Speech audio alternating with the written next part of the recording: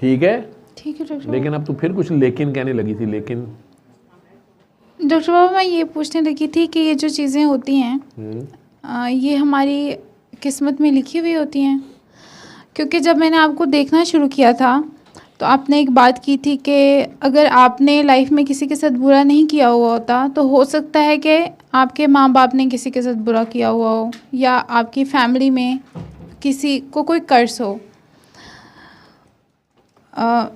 फिर दूसरी चीज़ आती है कि आजमाइश हो आपके ऊपर। वो आजमाइश पे सब्र करना तो चाहे हम जितने अच्छे मुसलमान हैं या बुरे हैं थोड़ा सा मुश्किल ही होता है, फिर हम इधर उधर की चीज़ें ज़्यादा सोचते हैं। तो डॉक्टर बाबा मैंने ये पूछना था कि अगर मतलब आपको आपका दिल कहता हो कि हमने किसी के साथ बुरा नहीं किया और आप अपनी इमीडिएट फैमिली को भी ऐसे देखते हो कि आपके इमीडिएट फैमिली के मर्द भी इस तरह के नहीं हैं जिस तरह का कोई इंसिडेंट आपके साथ हुआ है, तो क्या ये तकदीर का हिस्सा होता है जो लिखा हुआ होता है सब? आजमाइश हो गई ना। जब सब्र पास है और खुदा ही याद है तो आजमाइश है। ठीक है, तकदीर में लिखा हो भी सकता है। तकदीर एक है अटल लिखी हुई है, वो होना ही है। ठीक है, एक मुअल्लक उसे बोलते हैं, वो इफ्स एंड बट्स के साथ है। अगर राइट साइड पे टर्न करेगा तो ये आएगा, लेफ्ट पे टर्न करेगा तो ये आएगा। इस हाथ चलेगा तो ये होगा, इस हाथ चलेगा तो ये होगा।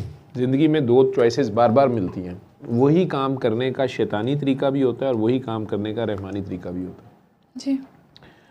रहमानी तरीके से आपको टाइम लग रहा होता है, ज़्यादा है, अनसर्टिनिटी है, पता नहीं होगा कि नहीं होगा।